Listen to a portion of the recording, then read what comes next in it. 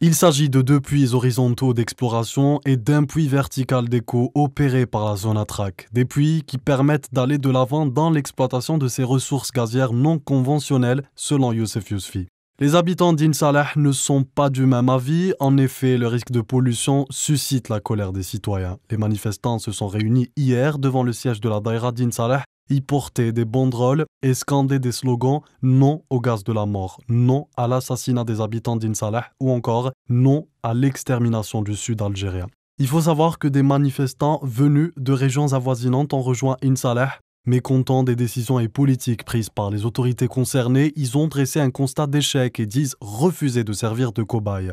Organisé par le collectif d'associations et citoyens anti-gaz de schiste, ce mouvement avait commencé mardi dernier, ponctué par la fermeture de la RN1 sur son tronçon reliant In Salah à Al-Mni'a.